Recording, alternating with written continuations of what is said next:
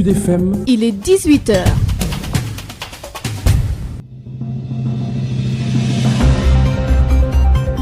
Chaque jour, vous êtes des millions à écouter la première radio d'information. La première radio d'information. En national, en régional ou en international. Sud FM, Made in Sénégal. Bienvenue à vous dans ce journal. Les titres, c'est dans un instant. Aucune perte en vies humaines n'a été recensée. Les dégâts matériels sont en cours d'évaluation après l'incendie qui s'est déclaré ce matin dans un entrepôt des armées situé dans la base navale Amiral Faye Gassama. Polémique autour du troisième mandat. Un scénario pire que celui de 2012 risque de se reproduire si le président Macky Sall s'aventure à déposer une troisième candidature.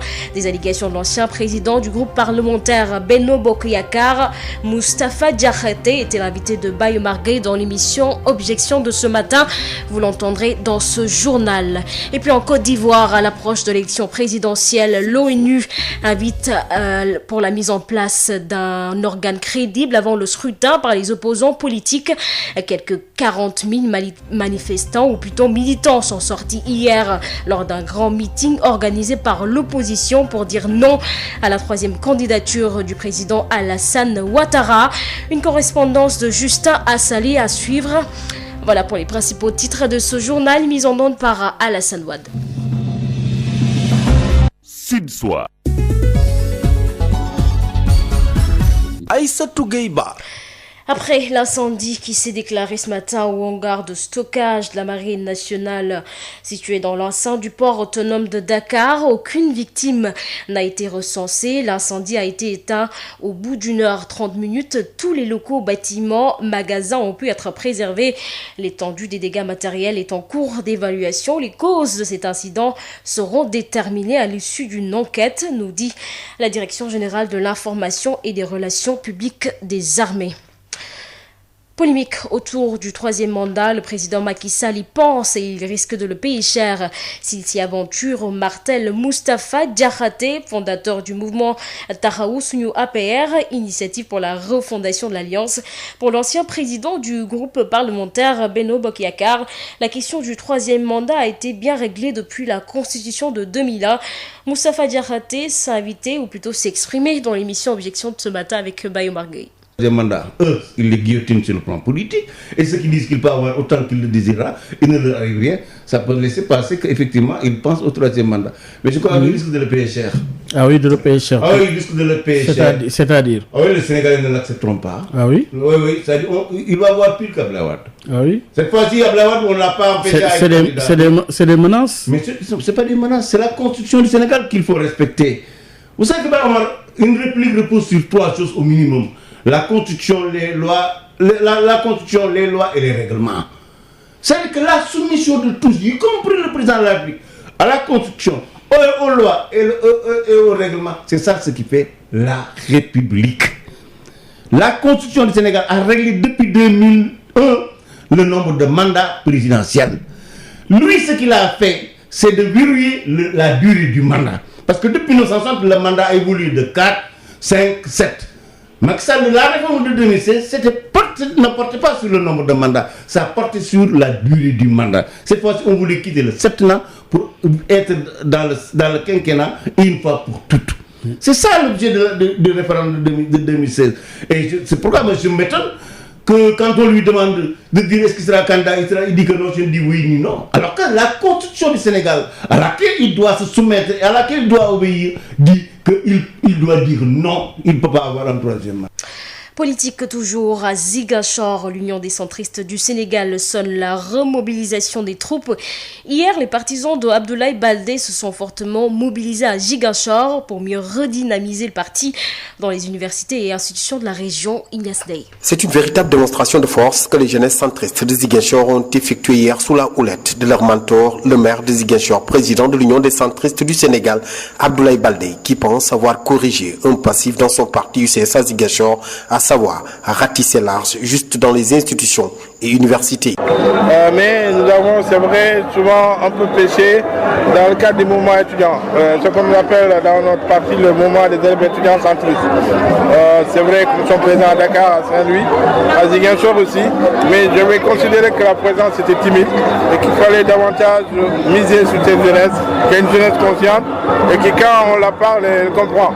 Donc c'est cette mission que dans le cadre de la réorganisation du mouvement national des jeunes, c'est une mission que j'ai confiée à Ibrahima Ba au niveau national et qu'il est en train de mener avec beaucoup de brio. Celui qui a désormais les destinées de cette frange des étudiants et élèves dans l'UCS a sonné la mobilisation.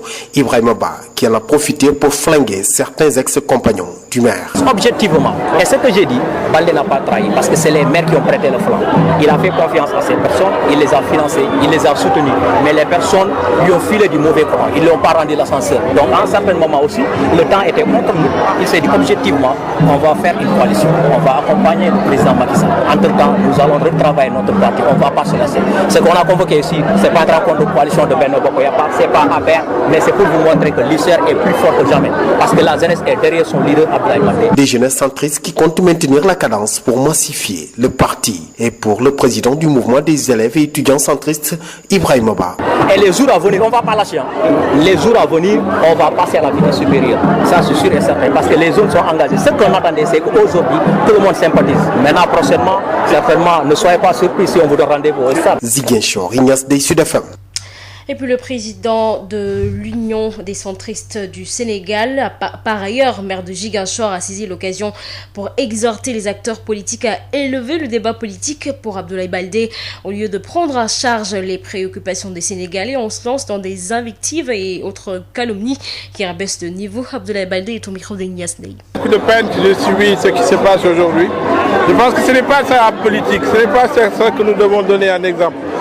Comme je le disais tantôt, quand on est un homme politique et qu'on a de l'envergure, de la hauteur, il faut parler de vision et puis parler de programme et non pas parler des autres et se lancer dans les invectives ou dans les insultes. En tout cas, moi, ce n'est pas ma mission et je ne le ferai jamais.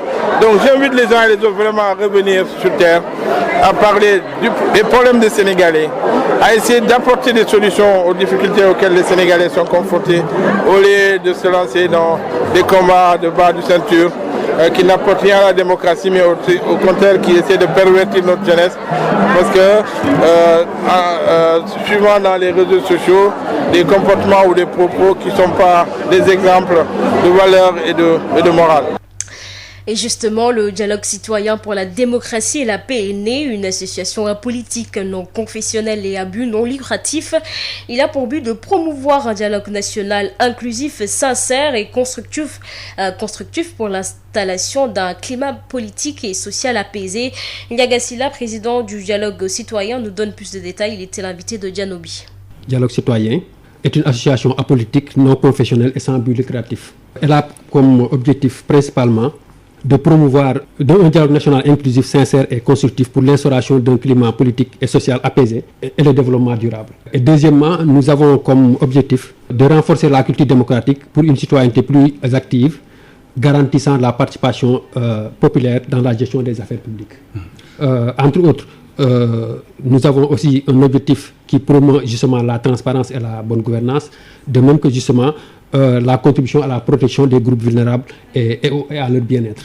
Alors, qu'est-ce que le dialogue citoyen va apporter de plus? Alors, je pense qu'aujourd'hui, nous avons constaté que dans le fonctionnement de notre mécanisme démocratique, le dialogue, surtout citoyen, peine à justement être mis en œuvre.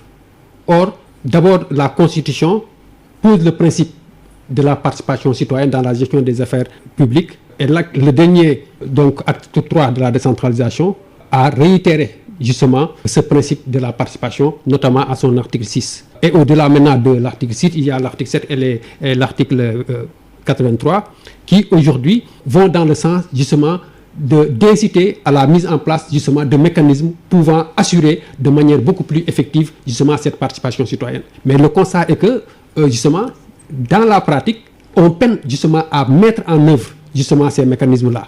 Donc l'objectif en fait donc, de notre organisation, principalement au-delà maintenant du dialogue national, comme le dialogue qui est aujourd'hui en cours, mais qui a tendance justement à réunir des représentants d'organisations politiques syndicales, nous allons insister davantage justement sur le dialogue citoyen qui, il faut aussi le rappeler, est une technique justement de la décentralisation et cette technique justement de la décentralisation devrait justement, si en fait donc elle est opérationnelle, permettre justement une meilleure implication en fait donc du citoyen dans la phase d'élaboration, de suivi et de mise en œuvre et de suivi en fait donc des politiques publiques. Voilà, parlons de tout à fait autre chose, notamment de la situation épidémiologique au sein du pays. Ce dimanche, 24 nouvelles contaminations ont été recensées, dont 18 cas issus de la transmission communautaire. 6 cas graves sont en réanimation. Le point avec le docteur Elhadj Mamadou Ndiaye, directeur de la prévention au ministère de la Santé et de l'Action sociale. Sur 1091 tests réalisés, 24 sont revenus positifs, soit un taux de positivité de 2,20%. Les cas positifs sont répartis comme suit. Nous avons 5 cas contacts suivis par nos services, 1 cas importé enregistré au niveau de l'aéroport international Blaise Diagne de Diass et 18 cas issus de la transmission communautaire répartis entre Dakar Plateau 5, Almadies 2, Cité Sonatel 2, Grand Yoff 2, HLM 2, Fatick 1, Joal 1, Keur Massar 1, Médina 1 et Saint-Louis 1. 99 patients hospitalisés ont été contrôlés négatifs et déclarés guéris. 6 cas graves sont pris en charge dans les services de réanimation. Aucun décès n'a été enregistré ce dimanche 10 octobre 2020. L'état de santé des autres patients hospitalisés est jugé stable. À ce jour, 15 268 cas ont été déclarés positifs, dont 13 297 guéris, 314 décédés et donc 1656 patients sous traitement. Sud International. En Côte d'Ivoire, l'opposition ivoirienne invite l'ONU à s'autosaisir pour la mise en place d'un organe crédible avant le scrutin du 31 octobre prochain. Une invite faite hier lors d'un grand rassemblement, un grand meeting organisé à Abidjan et qui a rassemblé quelques 40 000 militants et sympathisants venus dire non au 3e mandat d'Alassane Ouattara. On retrouve à Abidjan Justin Assalé. Je demande ici solennellement au secrétaire général des Nations Unies, M. Antonio Guterres, de se saisir du dossier ivoirien pour la mise en place d'un organe électoral véritablement indépendant et crédible avant l'élection présidentielle prévue le 31 octobre. C'est l'appel d'Henri Konan Bédié à l'ONU samedi lors d'un grand meeting de l'opposition ivoirienne pour dire non à un 3e mandat du président Alassane Ouattara qu'elle juge anticonstitutionnel. L'opposition ivoirienne a une fois encore devant 40 000 militants et sympathisants invité le peuple ivoirien à la désobéissance civile pour faire plier Alassane Ouattara et exiger, comme elle l'a déjà fait, la dissolution du Conseil constitutionnel et la refonte de la commission électorale indépendante qu'elle juge à la solde du pouvoir. Ces mêmes revendications ont été déjà signifiées à la mission conjointe de la CEDEAO, Union africaine et ONU lors de son séjour en terre ivoirienne du 4 au 7 octobre dernier. Pendant ce temps, bien que contestée par l'opposition, la commission électorale indépendante annonce la distribution des cartes d'électeurs du 14 au 20 octobre 2020 sur toute l'étendue du territoire national ivoirien et à l'étranger dans tous les lieux de vote. Justin Assalé, Abidjan pour Sud FM. Aïssatou Gueye-Ba.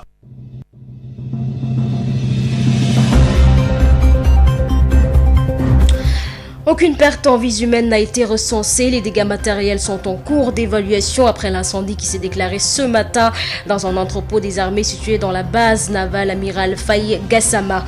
Polémique autour du 3e mandat, un scénario pire que celui de 2012 risque de se reproduire si le président Macky Sall s'aventure à déposer une 3e candidature. Les allégations de l'ancien président du groupe parlementaire Benno Bokk Yakaar, Moustapha Diakhaté, était l'invité de Bayo Margueil dans l'émission Objection de ce matin. matin. Vous avez suivi avec nous dans ce journal sa réaction. Et puis en Côte d'Ivoire, à l'approche de l'élection présidentielle, l'ONU a invité à mettre en place un organe crédible avant le scrutin par les opposants politiques. Quelques 40 000 militants sont sortis hier lors d'un grand meeting organisé par l'opposition pour dire non à la 3e candidature du président Alassane Ouattara. Voilà, c'est la fin de ce journal. Merci à vous qui avez choisi Sen Radio pour vous informer. Merci également à Alassane Ouad qui a quand même assuré la mise en onde de ce journal. Le prochain bulletin d'information, ce sera à 21h en Wolof, bien entendu, et vous sera présenté par Birama Ndiaye. Dans un instant, la rediffusion de l'émission Rétrosport avec Elhaj Malik Ndiaye et Pape Diagne. Excellente soirée à vous.